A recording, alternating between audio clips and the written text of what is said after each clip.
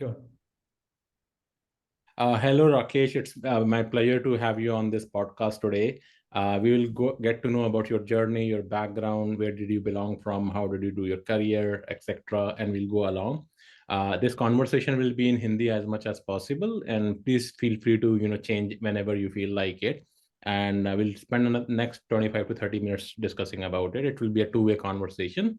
So without further ado, हम शुरू करते हैं। राकेश जी, आप अपने बारे में थोड़ा बताइए, आपका बैकग्राउंड, आप कहाँ से बिलोंग करते हैं, कैसे आपकी शुरुआत हुई जर्नी की, थोड़ा सा उसके बारे में उल्लेख कीजिए। Yeah, thank you.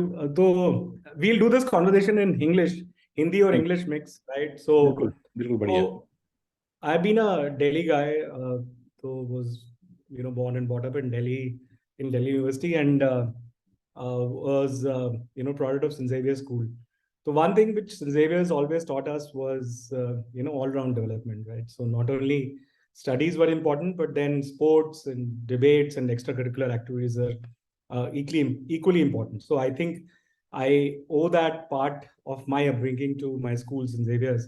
I think it was one of the greatest places to be, when we were growing up.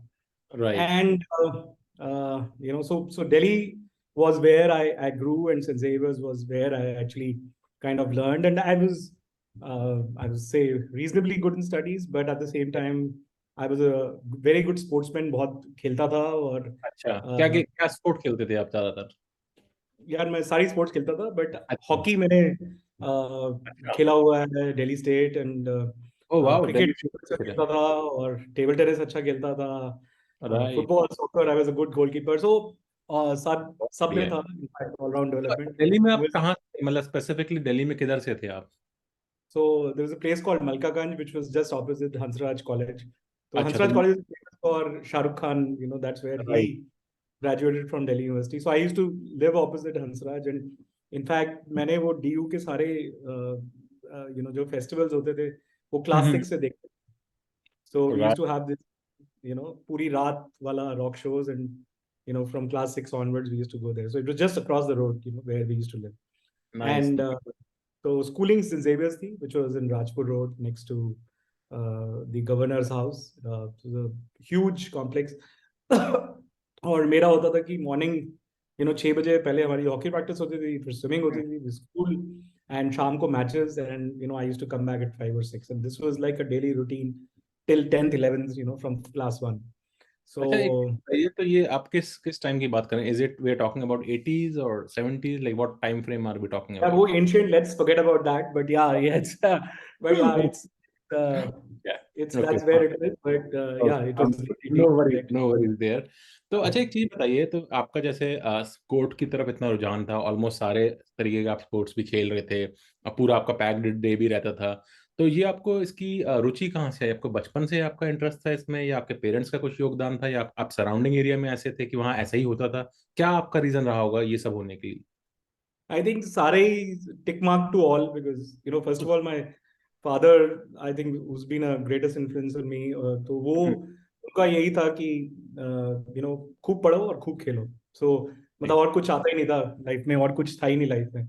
So that was where it is. And then हम एक बिल्डिंग में रहते थे जहाँ 5 फैमिलीज थी, and I was the junior most, so I was used to get bullied by everybody.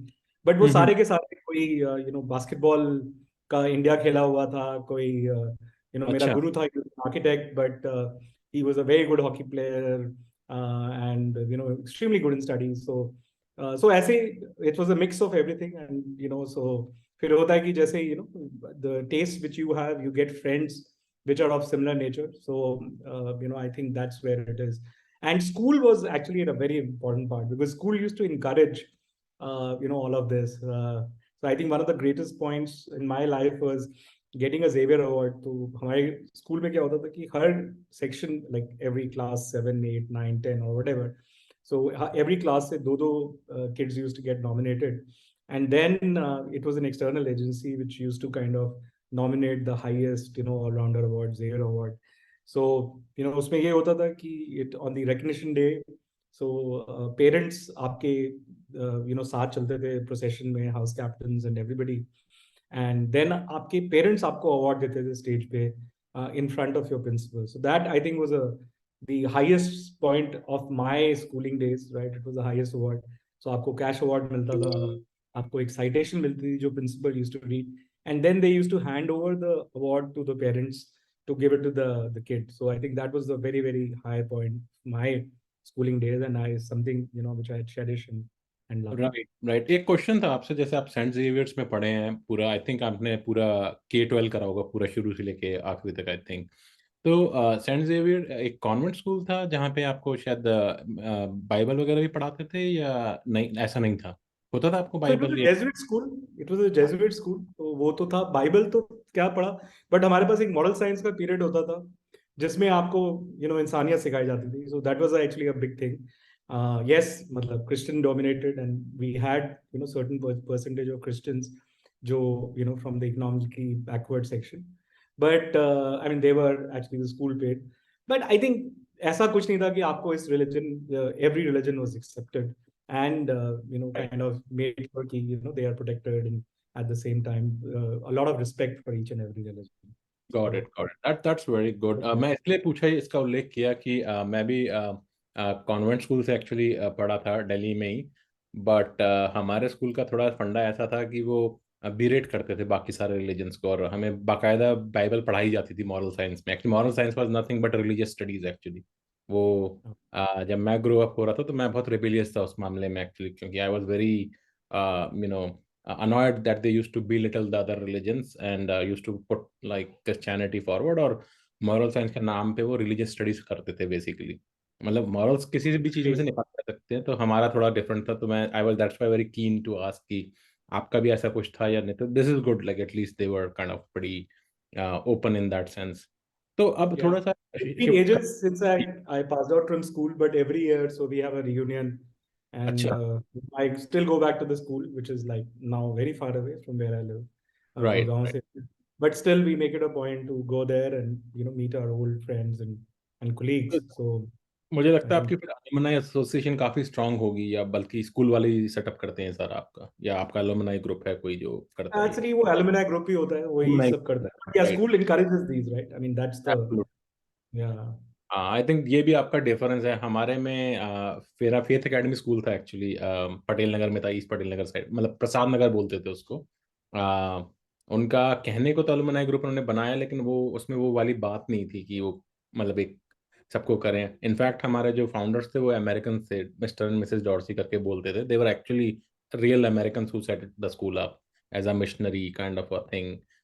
तो I have seen it grow from किराए के मकान से लेके और पूरी अपनी बिल्डिंग बनाने तक, पूरा वो सफर देखा मैंने throughout my journey at my school. तो that's why I was very curious to understand exactly क्या हुआ। अच्छा, इसका थोड़ा सा हम गियर शिफ्ट करते हैं। फिर आपने बताया जैसे आप हंसराज में आपने फिर अपने पढ़ने गए। अच्छा, हंसराज के बस सामने रहते थे, बस that was where it is. I didn't अच्छा, want to go to Delhi University, but I was then in Birla Institute of Technology. So I did computer science again. मतलब to tell you very frankly, IIT में नहीं हुआ, और वो right काफी खराब भी रहा कि क्यों नहीं हुआ, बट लगता था कि सब बॉन्ड है. But ya right to BIT, but I think that was again a very good thing. You was just not just studious etc, but you actually learned a lot of stuff in college. I think the other thing जो आपको अच्छी लगी कि आप घर से दूर रहे, आप पेरेंट्स के, right, being a mama's boy, right, I was always protected कि भाई सब राइट कुछ इसके. तो आप सीधा सडनली वहां से आप 1,500 किलोमीटर दूर चले जाते हो, and then you have everything to take care of yourself. And initially was very bad, बहुत घर की याद भी आती थी, but I think over time आपको ऐसे friends मिले, आपको ऐसी association मिली कि I think it was something which cherish, and we just had a reunion in college. So we went back again to college, and people from all over the world had actually come over, so it was actually very great. And BIT right was actually very fun, and that's where I learned a lot. I actually saw the computer, worked on a computer in BIT for the first time. Right. But we had excellent computing infrastructure, तो हमारे को वो कभी भी issue नहीं था. In fact, better than IITs हमारे पास BIT में infrastructure था. बहुत So we बढ़िया। learned a lot, and but computers में चाहे IIT हो चाहे BIT, टीचर्स नहीं होते थे, तो काफी टाइम तो हम ही पढ़ के टीचर्स को अपने सिखाते आप थे. से right right right was right. a तो fun आप part, right? जैसे बता रहे हैं तो आपने देखा होगा जैसे पिलानी जैसे जो है पूरा कोर है राजस्थान का, और आप So दिल्ली mine से। was BIT Mesra actually, अच्छा, मिर्सा। Ranchi. चलिए तो Mesra. मैं ठीक कर देता हूँ, तो मिर्सा भी जैसे बिहार का कोर है और आप दिल्ली से हैं, तो when you would have actually shifted there तो थोड़ी फूड हैबिट्स वगैरह में फर्क पड़ा होगा आपको, कुछ कल्चरल डिफरेंस भी लगा होगा, जैसे वहाँ पे मैथिली या पूर्वांचल या उस तरीके की भाषा शैली ज़्यादा यूज़ करी जाती है, और आप दिल्ली से हैं तो थोड़ा हरियाणवी और पंजाबी थोड़ा सा ज़्यादा कल्चर रहता है दिल्ली के अंदर, तो वो जर्नी ट्रांजिशन आपका किस तरीके का रहा? So I think, I mean, आपको एक नेशनल लेवल इंस्टीट्यूट में पढ़ने का ये फायदा था कि you have people all over, you know, from each and every state. Right. I mean, एक BIT was far away from the city, so it was like in the wilderness, बिल्कुल जंगल में था. अच्छा। तो आपको ऐसा कोई बहुत ज्यादा एक्सपोजर नहीं होता था बाहर का. तो right. Yes, of course, you know, mess boys, everybody, right, जो वो अलग लैंग्वेज, एंड वो यू लोकल लर्न थे। A few words and which you know still remember and laugh about it. But overall I think हमारे दिल्ली के बहुत लोग थे. अच्छा। you know, I had first exposure of Bengalis there, right? I mean, Calcutta से बहुत लोग थे, हम्म। जमशेदपुर से बहुत लोग थे, और लोग। चेन्नई से लोग थे, बॉम्बे से लोग थे. So I mean, if you ask me, मेरी biggest learning was, we had 300 people in a batch, और first 2 years सब लोग एक ही हॉस्टल में रहते थे. So क्या होता था कि my biggest learning was कि उसके बाद मुझे कोई भी लाइफ में मिला, I used to see कि that personality will be one out of those 300 people whom I actually spent 2 years or 4 years with, right? So right right that was a big learning, and you respected people from all over the country. And जो आपने बोला food habits, जब लोग छुट्टी के बाद आते थे तो people used to get stuff, right, from, so you got exposed to a lot of things. As I said कि I was very predictive, no brother sisters, so only child, right? So you can understand right to वहाँ से आप जाओ और suddenly you're on your own, you get exposed to a lot of stuff. So I think for me it was a big learning. That's how. And वहाँ पर भी वही था कि या पढ़ते थे या खेलते थे, और कुछ तो था नहीं लाइफ में, बस यही करेक्ट था. Yeah. करेक्ट। तो अच्छा एक चीज बताइए, जैसे आपने बताया कि कुछ आपको शब्द आज भी याद है, तो आपको कुछ कुछ कुछ वर्ड्स याद है वहाँ के कि उधर की हिंदी कैसी होती थी, या क्या मतलब वहाँ के तकल्लुफ क्या होते थे, या कैसे बोला करते थे? How is it different from like what you see in Gurgaon या दिल्ली या एनसीआर में? कुछ कुछ याद मुझे है? याद है, मैं पहले दिन ही पोस्ट ऑफिस गया था, तो वहाँ पर मैंने वहाँ पर जाके बोला कि मुझे इनलाइन लेटर दो. तो वो कहते हैं काट हो दे. राइट, क्या दें? मैंने कहा मुझे इनलाइन लेटर चाहिए, कहते हाँ काट हो दे. तो हाँ। मतलब बहुत देर फिर वो मेरा एक फ्रेंड था, तो उसने बोला ही इज आस्किंग कि कितने चाहिए. तो कितने चाहिए आपको? एनीवे, मतलब दैट्स अ, तो वो वेरी अभी भी मुझे याद है कि that was a big change जो लैंग्वेज का. करेक्ट ऐसे करेक्ट। बहुत, बट आप हमेशा, I am sure, people can relate to make it, fun of each other, absolutely. but these are all fond memories, correct right? Correct. So अब तो हम लोगों को क्या है कि मूवीज वगैरह देखते हैं या सीरीज वगैरह देखते हैं, उनमें वो वहाँ का परिवेश दिखाते हैं कि बिहार का या राजस्थान का, तो उससे पता चलती है नुआंसेस कि अच्छा यहाँ पे ये होता है। अगर आप रहे नहीं उन जगहों पे तो उसी से पता चलता है कि यहाँ पे ये चलता है, यहाँ पे वो चलता है। तो बहुत अच्छा, but मेरा भी actually it was a mini global because सब लोग पूरे, मतलब राइट। इंडिया से थे, तो करेक्ट। एंड सब लोग वर वेल अवेयर, एंड हाँ, तब ये होता था कि जो हम लोग दिल्ली का न्यूज़पेपर पढ़ते थे तो वो एक दिन बाद आता था. अच्छा, एक दिन तो कितने लिए होता था? राइट तो राइट। हम मंडे को संडे का न्यूज़पेपर पढ़ते थे. एब्सोल्युटली हाँ। एंड आई डू रिमेम्बर कि world this week, that was the, वो सबसे ज्यादा कॉमन रूम में, तब टीवी भी कॉमन रूम में ही होता था, कॉमन रूम में सबसे ज्यादा आप वर्ल्ड दिस वीक में हम लोग सब राइट। साथ होते थे. It used to correct come on a Friday. तो but anyway, those are good days, right? So that's how it excellent was. Excellent. तो थोड़ा सा इसको शिफ्ट करते हैं, तो जैसे आपका बताया आपने कॉलेज में भी आप जो है थोड़ा ऑलराउंडर की तरफ थे कि पढ़ते भी थे और खेलते भी थे साथ में, तो एक ओवरऑल पर्सनालिटी डेवलपमेंट हुई। तो जब आपने फिर अपना कैरियर की जब शुरुआत करी, तो आपकी कंपनी जो है कॉलेज में आई थी या आपने अलग से अप्लाई करा था, या वो जर्नी कैसी रही आपकी? तो थोड़ा इंटरेस्टिंग था. मतलब कैंपस की इंटरव्यूज थी ऑब्वियसली. सो मेरे पास 3 जॉब्स लगी थी. I got into NIT, hmm. Wipro, और I got into Tisco. So those are अच्छा। 3 jobs which I got. Correct I mean, correct. तब एक ही अलाउड होती थी, बट बाय चांस क्या था कि सभी किसी का अप्रूवल नहीं आया था, और हाँ। अप्रूवल आए तो तीनों के साथ आ गए. तो साथ आई वाज में। Lucky, I could right. Make a choice. नहीं तो, एंड आई हाँ। जॉइंड विप्रो. अच्छा। So I joined Wipro for couple of years. Right पहले मैं राइट। टेक में था, फिर I moved into Wipro R&D in Bangalore. अच्छा But मुझे वो दिल्ली में आना था because of my personal situation. So after 2 years, Wipro तब ये केवल बैंगलोर में होता था. And अच्छा so राइट हम लोग ऐसे 10-15 लोग थे in Delhi में who wanted to be in Wipro, but right like software development नहीं होता था यहाँ पर. R&D was only in Bangalore. अच्छा राइट तो राइट तो हम लोग को ऐसे हम लोग गए थे कि वहां से प्रोजेक्ट्स लेके आएंगे. एंड 6 months into it, उन्होंने कहा कि हमने सोचा है कि भाई हम केवल बैंगलोर में एक्सपैंड करेंगे. Right right So then I had a job, or I had taken an interview with Hughes, and that had come. And right Wipro was very kind कि उनको पता लगा कि मैंने Hughes का job refuse किया because of this. So I do remember Mr. Subroto Bagchi, जो Mindtree में थे. He called me once, and he was flying to US, and I was in Delhi, and he called me to Park Hotel, and he said कि because of us you refuse that. I have great clout and friends in Hughes. I can definitely ask them, to give you that job back, right? So I said, nothing to worry. They are after me. Right But thank you so much for calling me. I still remember that. Uh, एक चीज बताइए जैसे आप आप बिहार से आप बिल्कुल आप जैसे बैंगलोर चले गए और आप बता रहे 2-3 साल आप रहे भी वहां पर विप्रो के तहत तो वो कहाँ पर थे आप बैंगलोर में उस समय मतलब और उस समय का बैंगलोर कैसा था जैसे आप भी आप जाते रहते होंगे बैंगलोर वगैरह तो थोड़ा सा कॉन्ट्रास्ट करिए उसको जब उस समय था तो कहाँ पर थे आप और कैसा था बैंगलोर उस समय का और आज का बैंगलोर कैसा है या अब यार बैंगलोर तब हमारा ऑफिस तो 88 MG रोड पे होता था. अच्छा तो so that was Central the Bank of India building. Hmm तब आई थिंक विप्रो R&D में ही विप्रो में ही टोटल 500 लोग थे या क्या लोग थे. अच्छा दैट टोटल वाज काफी मतलब वेयर स्टार्टअप टाइप्स रहा होगा उस समय नॉट स्टार्टअप बट मतलब थी हाँ company but it was not that huge, right? वो तो. Correct correct and I used to live in Indira Nagar. Indira मतलब नगर आई तो थिंक इंदिरा नगर के बाद बैंगलोर खत्म हो जाता था. राइट तो कोरमंगला भी नहीं था उस वक्त मतलब कोरमंगला कोरमंगला यूज था. हाँ अच्छा कोरमंगला था. तो मुझे इसलिए याद है Koramangala because my boss who is also in, मतलब तो अपनी फैमिली के साथ रहता था कोरमंगला. तो अच्छा उसका ये होता था कि every 2-3 weeks he used to call me कि तुझे नॉर्थ इंडियन फूड खाना है तो कोरमंगला आना पड़ेगा. So I used right to go there, and yeah.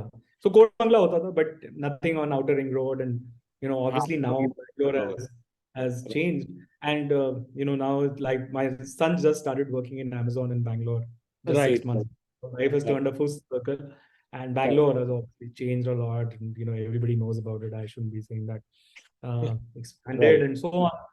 Traffic or एक case अभी, but उसका best is the weather, हाँ and again volatile culture, right? वो पहले भी करेक्ट था भी है आप तो. भी है राइट राइट राइट तो एक चीज बताइए जैसे आप बैंगलोर का आपने बताया पहले जैसे आप एमजी रोड पे थे ट्रैफिक वगैरह ऑफ कोर्स कम था वेदर बहुत अच्छा था मुझे ध्यान है अगर मैं उल्लेख करूं कि मैं अपने पेरेंट्स के संग फर्स्ट टाइम बैंगलोर 95 94 95 टाइम्स में गया था एग्जैक्ट डेट नहीं पता मेरे को बट उस दौरान गया था और हम लोगों ने ऊटी का ट्रिप बनाया था तो हम लोग कोयम्बटूर अपना ऊटी बैंगलोर मैसूर ये सब मतलब हम कब कवर करके आ रहे थे तो मुझे पता है जब हम लोग वापस आ रहे थे टुवर्ड्स आवर वे बैक हम जब बैंगलोर उतरे तो हमको एक बहुत फ्लावर्स की जैसे भीनी भीनी खुशबू आई थोड़ी मिट्टी की भीनी भीनी खुशबू आई तो हमें लगा पता नहीं ये हम किस जगह आ गए दिल्ली से बहुत डिफरेंट था और उसका रीजन ये था कि उस समय सब तरफ जहाँ भी बैंगलोर में देखो ग्रीनरी ग्रीनरी फ्लावर्स और ये सब दिखते थे और लेडीज थोड़े थोड़े गजरे लगा के रखती थी अपने वहाँ के जो होते थे और शाम को करीब 5 या 6 बजे के करीब हल्की हल्की बूंदाबांदी छिट जैसे बोलते हैं बारिश होती थी तो उसकी जो स्मेल आती थी ना तो हमें लगता था वाह ये तो जन्नत वाली सिटी है दिल्ली में तो ये सब कुछ नहीं है धूल उड़ती है दिल्ली में तो हमारे मेरे वो एक्सपीरियंसेस थे 95 जब अपने स्कूलिंग वगैरह में होते थे और फिर जब बाद में 10 साल के बाद जब एक्चुअली काम के हिसाब से आए तो वो बैंगलोर और ये बैंगलोर में जमीन आसमान का अंतर था वो सारे ग्रीनरी अब जा चुकी थी ट्रैफिक बहुत ज्यादा था और बारिश भी erratic थी एक्चुअली तो विद इन 10 years इटसेल्फ मैंने इतना जबरदस्त शिफ्ट देखा ट्रैफिक में और वेदर कंडीशंस में एक्सेट्रा ऑफ कोर्स अब तो अब रिसेंटली जब जाते हैं तो और ज्यादा ही वो है तो क्या आप उसमें बोलेंगे कि क्या रीजन रहा होगा कि बैंगलोर इतना अच्छा होते हुए जैसे स्लीपी टाउन था अब काफी पेंशनर्स लोग बैंगलोर में आके रहा करते थे या इवन आर्मी का भी कैंटोनमेंट एरियाज थे तो एक स्लीपी टाउन इजी गोइंग वैसे करके था और जिस तरह से आईटी की मशरूमिंग ग्रोथ हुई इतनी सारी इतने over the last let's say 20 to 30 years आपको क्या लगता है क्या रीजन रहा होगा कि बैंगलोर आज इस स्टेज पे आ गया कि बहुत सी जगहों पे अब जैसे बेलंदुर लेक का नाम सुना हो आपने कि उसमें झाग निकलते हैं, उसमें आग लग जाती है, ट्रैफिक का जाम बहुत ज्यादा रहता है, one of the worst traffic nightmare is in Bangalore.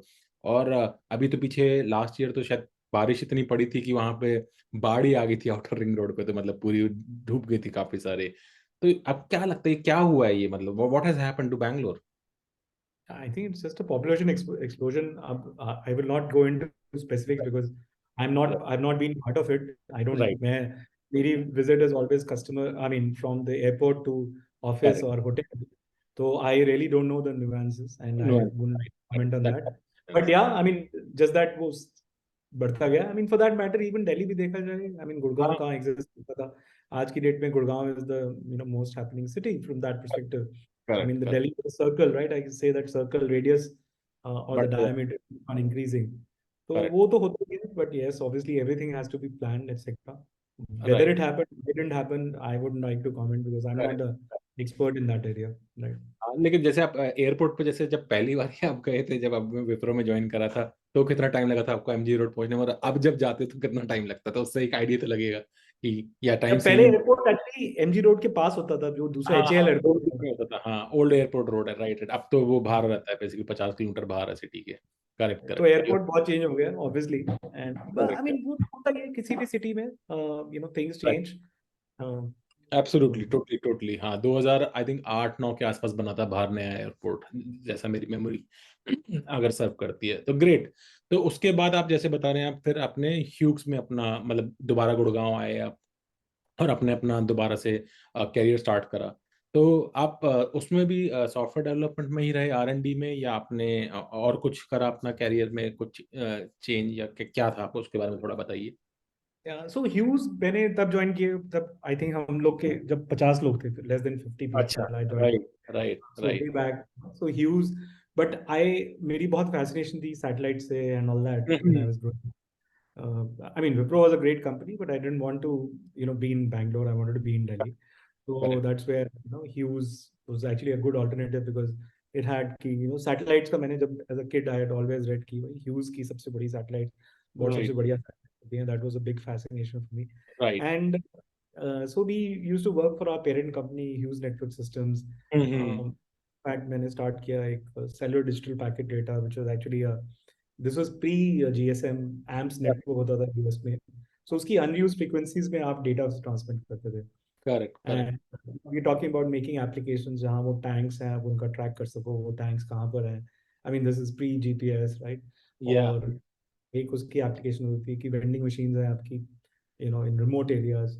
अब वो बंदे का टाइम फिक्स्ड है, एवरी वीक ही और she will go and check कि वो वेंडिंग मशीन खाली है.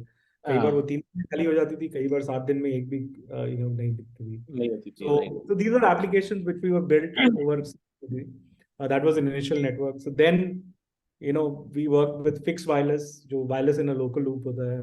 Right, Uh, this was actually also deployed in India in Tata Docomo. This was built for Rattle Indo, Indonesia के लिए. अच्छा, Um, got it, so, so that was where it is. And then, the technology evolved. I was doing. तो हम लोग कुछ लोग पहले लोग थे कि जो we used to kind of say कि यार Hughes इतना काम किया है, हम केवल पेरेंट कंपनी के लिए काम नहीं करेंगे. We हाँ, will try and sell, to other customers. other So we customers, made one of the first products for Hughes in the intelligent network space. मेरा एक पेटेंट भी है उसमें. Nice, Um, excellent, so that we sold to NEC, and that was deployed in Latin America, in Thailand, and a couple of other countries as well. Right, right.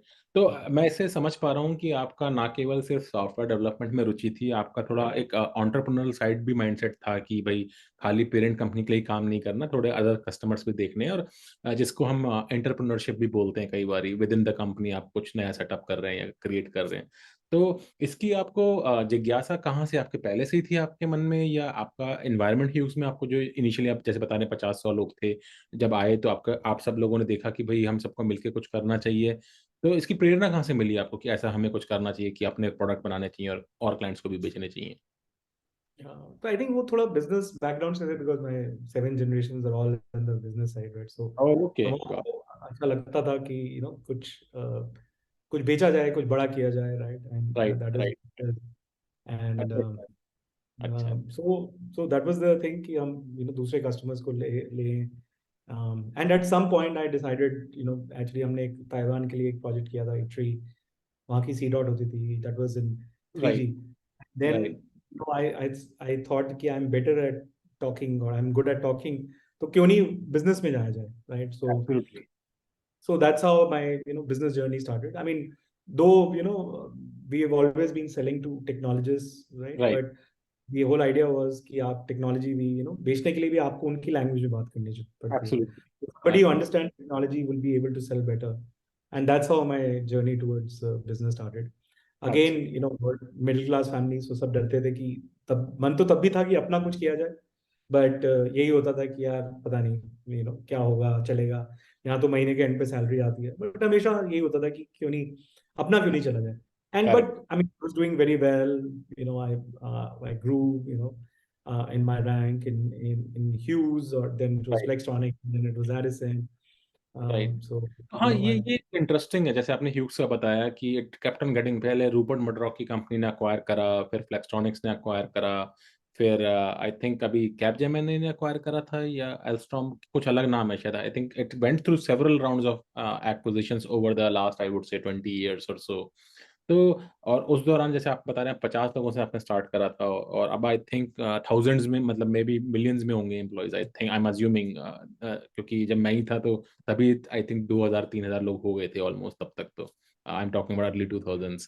so तो I आप joined when it was less than 50 I left when it was 12,000 people so 12,000, right right right, I mean, I was there from Hughes to Flextronics to Addison, Eric, and this was before Addison was acquired by Altrom, and हाँ, then 2 years later, Altrom was acquired by Capgemini. So it's Capgemini, Capgemini. So, but Capgemini, that was two transitions were post my leaving, but I was still Addison. So अच्छा, Eric, KKR had actually acquired private Flextronics. Equity, हाँ हाँ Yeah, हाँ, that was the largest, one of the largest private equity. So KKR right, had acquired, and I was absolutely, there for right. like ये आप बताइए, 7. जैसे अब एक एक निच स्मॉल कंपनी में आप रहते हैं, और एक कंपनी बढ़ती चली जाती है और इतने एक्विजिशन के थ्रू जाती है, तो उसमें क्या मैनेजमेंट चेंजेस आते हैं, क्या थॉट प्रोसेस में चेंजेस आते हैं, या वो कल्चर जो आपका शुरू में 50 लोगों का था, या वही आपका कंसिस्टेंट रहा अक्रॉस द लास्ट, पता नहीं, जितने भी आपने 15-20 साल काम करा आपने Hughes में? वो कंसिस्टेंट तो हो नहीं सकता बिकॉज आई थिंक मतलब जो आप 50 लोगों में everybody correct, to correct, 12,000 when you hardly knew anybody right I mean correct, that's how life is and then the biggest thing is Hughes का एक बहुत बड़ा बढ़िया कल्चर था right so हाँ, because everybody knew everybody but at the same time एक जो people to people touch था वो एक palette and that was something which we are trying to create in my company in TrueMind right, right, right, right, right. to तो people आप बता culture रहे हैं कि जैसे yeah जैसे एक्विजिशन होते गए, वो जो पर्सनल टच था, एक तो क्योंकि साइज बढ़ रहा था, स्केल बढ़ रहा था, तो उससे, और प्लस कहीं ना कहीं कल्चर भी थोड़ा डाइल्यूट होता गया आपका, ऐसा मानना है, जैसे जैसे अलग कंपनीज आई, एक्वायर करा, ये सब करा। हाँ, ये या वो ये तो चीज, नेचुरली होता है वो तो दैट्स बट नेचुरल एंड क्या होता है कि right, private equity is always कि आप कैसे इसको बड़ा कर ऑप्टिमाइजेशन सकते का वही मेन होता है, राइट। हैं आगे तो किसको बढ़िया बेच सकते हैं, आगे वैल्यू ऐड करके, वो सब करके, राइट, उसमें यही रहता है। तो फिर अच्छा, आप ये बताइए कि आप थ्रू आउट, आप गुड़गांव में ही रहे थ्रू आउट, या आपने अपनी लोकेशन चेंज करी है, मतलब दिल्ली रीजन में ही रहे, या you went to other regions and stayed there also, और you always remained in Delhi? I was in Gurgaon but I used to travel to US like every 4 weeks for right, 2 weeks I didn't but want to base, settle in US but base, based in Gurgaon yeah right, but I've had long visits like a year अच्छा, in England and US and multiple places but yeah base like तो base location has always been Gurgaon Gurgaon, but one of the pitfalls was obviously you had to travel and a lot but that was my personal choice कि मुझे वहाँ US नहीं settle होना मुझे India में रहना है राइट, राइट, राइट, तो इसलिए so somebody has to take that right so that is where Totally. yeah मैं थोड़ा टाइम चेक करेंगे कि as you would see, the reverse clock has started. It gives us an indication that we are on the last leg of our show. Based upon like how our conversation is going, and मुझे पता है आपका रात हो रही है, India में आप हैं ऑलरेडी 10:30, ऑलमोस्ट 11 साढ़े 11 बज रहे होंगे मेरे ख्याल से, 10:30 बज रहे होंगे इनफैक्ट, राइट, 10:30 के करीब। तो आप कॉन्वर्सेशन अभी और करना चाहेंगे या हम आज की सभा समाप्त करके मे बी वी नहीं कैन नहीं, connect? I am okay with whatever you feel. अच्छा ठीक है, चलिए तो फिर हम कनेक्ट करेंगे। मैं क्या करता हूँ कि ये वाली जो कॉन्वर्सेशन हमें स्टॉप करके मैं रीस्टार्ट करूंगा नया सेशन, ताकि वो एक अलग उसमें हो। तो राकेश जी, आपकी हमने जर्नी अंडरस्टैंड करी, कैसे आपने दिल्ली में आपका जन्म हुआ, कैसे आपने पढ़ाई सेंट जेवियर्स में पढ़ाई करी, आपके स्कूल का आपके ऊपर बहुत अच्छा इन्फ्लुएंस रहा, जो कि आपने दर्शाया अपने वक्तव्य में। फिर आपने कैसे बिहार गए, जाके मेसरा में जो बीआईटी मिश्रा में आपने पढ़ाई करी, कैसे अलग-अलग प्रांतों के बच्चों के संग आपने अपने रिलेशनशिप्स बनाए वहाँ पर भी। आप ये भी बताते हैं कि आप सिंगल चाइल्ड थे अपने पेरेंट्स के, तो काफ़ी जुड़े हुए थे अपनी मदर से ख़ास तौर पे, और आपके क्या चैलेंजेज़ आए जब आपने नई जगह पे गए, लैंग्वेज आपने अडैप्ट करा अपने आप को, नए लोगों से, बच्चों से मिले आप।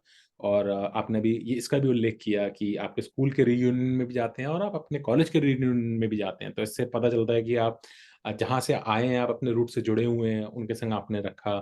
फिर आपने इसका भी उल्लेख किया कि आपके जो फादर थे वो 7 जनरेशन से मतलब बिज़नेस फैमिली में रहे हैं, तो एक कहीं न कहीं एक एंटरप्रेन्योरशिप का दिमाग में था। आपने अपनी जर्नी बताई, कैसे आप बैंगलोर गए विप्रो में, फिर विप्रो से कैसे ह्यूग्स आए। ह्यूज में 50 जनों से स्टार्ट करते-करते आपने 12,000 तक दिए, जिसके दौरान ह्यूज अपने आप में कई बारी बिकी, कई ब अलग-अलग कंपनी लाए, जिसमें कि आप रूपर्ट मर्डॉक की कंपनी भी थी पहली, या फ्लेक्सट्रॉनिक्स भी थी अगली, या केकेआर भी थी जो प्राइवेट इक्विटी में थी, या अब अगर अब भी देखें तो उनका एक्विजिशन होता गया और फिलहाल वो कैपजेमिनी में कन्वर्ट हो चुके हैं फिलहाल। अ फिर आपका जो आपने उल्लेख किया कि उसके बाद आपने अपना ट्रू माइंड्स करके एक एंटरप्रेन्योरशिप वेंचर अपना खुद का आपने सोचा कि अभी टाइम आ चुका है, मैं करता हूँ। और हम क्या करेंगे, जो अपना अगला सेशन होगा, आपका ये ट्रांजिशन कैसे हुआ from Hughes all the way to starting up your own, and कैसे अब वो दोबारा कल्चर जो आपको अच्छा लगता था कि पर्सनल कनेक्ट था लोगों के बीच में, आपस में एक दूसरे की रिस्पेक्ट थी। टेलीकॉम में आपने बड़े मतलब ह्यूग्स में बैठ के आपने नए-नए प्रोजेक्ट्स चालू करे, नए-नए सेटअप्स करे, और ग्रोथ करी। तो वो कैसा आप कुछ-कुछ चीज़ें क्या सीखी हैं आपने, आगे आप कैसे लेके जाने वाले हैं उसको, उसकी बात हम अपने नेक्स्ट सेशन में करेंगे। मैं आपको पूछना चाहूँगा कि ये जो हमारी कन्वर्सेशन आज हुई है, अगर आपको इसके बारे में कुछ बोलना हो या कुछ सजेशंस हो आपके, तो प्लीज़ आप बोलिए। और उसके बाद हम ये वाला जो हमारा आज का जो कॉल है ये सेटअप करेंगे, और अगली कॉल में हम ट्रांज़िशन होंगे। कुछ आपको कुछ श्योर। 2 बोलना चाहेंगे आप? नहीं, एब्सोल्युटली बहुत अच्छा है। मतलब I think this is pretty free flowing, और मतलब आई थिंक कुछ पता ही नहीं लग रहा है कि कॉन्वर्सेशन भी हो रही है, but I think thoughts are coming and it's very easy. तो काफी अच्छा सा है, and I think I look forward to the next session as well. Absolutely. तो हमारा पूरा फ़ोकस यही रहता है कि हम एक तो हिंदी में बात करें ताकि ज़्यादा से ज़्यादा लोगों तक पहुँच सकें, और दूसरा एक हमारा ये यूएसपी भी है कि आज बहुत से लोग यूएस में रह रहे हैं या बाहर चले गए हैं या इवन इंडिया में भी रह रहे हैं, कि कहीं न कहीं हम अपने जो भाषा शैली है या अपना जो देश है उससे थोड़ा-सा दूर हो जाते हैं, क्योंकि language is a very big part of the culture. तो इसलिए हम लोगों ने ज़्यादा स्ट्रेस करा है कि हम हिंदी में ही बात रखेंगे। ऑफ़ कोर्स जो लोग नहीं बोल सकते उनसे नहीं उम्मीद करेंगे, बट एट लीस्ट मैं बोल पाता हूँ, या हमारे और भी जो पैनलिस्ट हैं वो आते हैं, वो बोल पाते हैं, तो उनसे हम ये उम्मीद करते हैं। दूसरा, हम ये स्क्रिप्टेड कुछ नहीं रखते, फ्री फ्लो रहता है बिल्कुल। और जैसे हमने आपसे बात करी, यही बात करते हैं हम सबसे, ताकि लोगों को रॉ फीलिंग्स मिलनी चाहिए, असली इमोशंस निकल के आना चाहिए, और टू वे कन्वर्सेशन रहती है हमेशा। It's not about question answer या हम आपको इंट्रिग कर रहे हैं या कुछ है। आइडिया हमारा ये है, इससे दूसरे लोग इंस्पायर हों। हमारी जर्नी देखें, आपकी जर्नी देखें, और दूसरे लोग इंस्पायर हों, जो जो हमने चीज़ें करी, चाहे एजुकेशन, चाहे अपब्रिंगिंग, चाहे करियर ग्रोथ, या जो भी ट्रांजिशंस अप्स या डाउन जो भी आए करियर में। तो आज के लिए आपका बहुत-बहुत धन्यवाद राकेश जी। हम आपसे दोबारा जल्द ही मिलेंगे अगली कॉल के साथ, और आपके बारे में और जानेंगे कि आपने अपना कॉर्पोरेट करियर से अपना एंटरप्रेन्योरशिप जर्नी कैसे करी, और उसमें क्या-क्या चैलेंजेस आए आपको और कैसे आप गए। तो आज के लिए बहुत-बहुत धन्यवाद और आपका शुक्रिया। Thank you.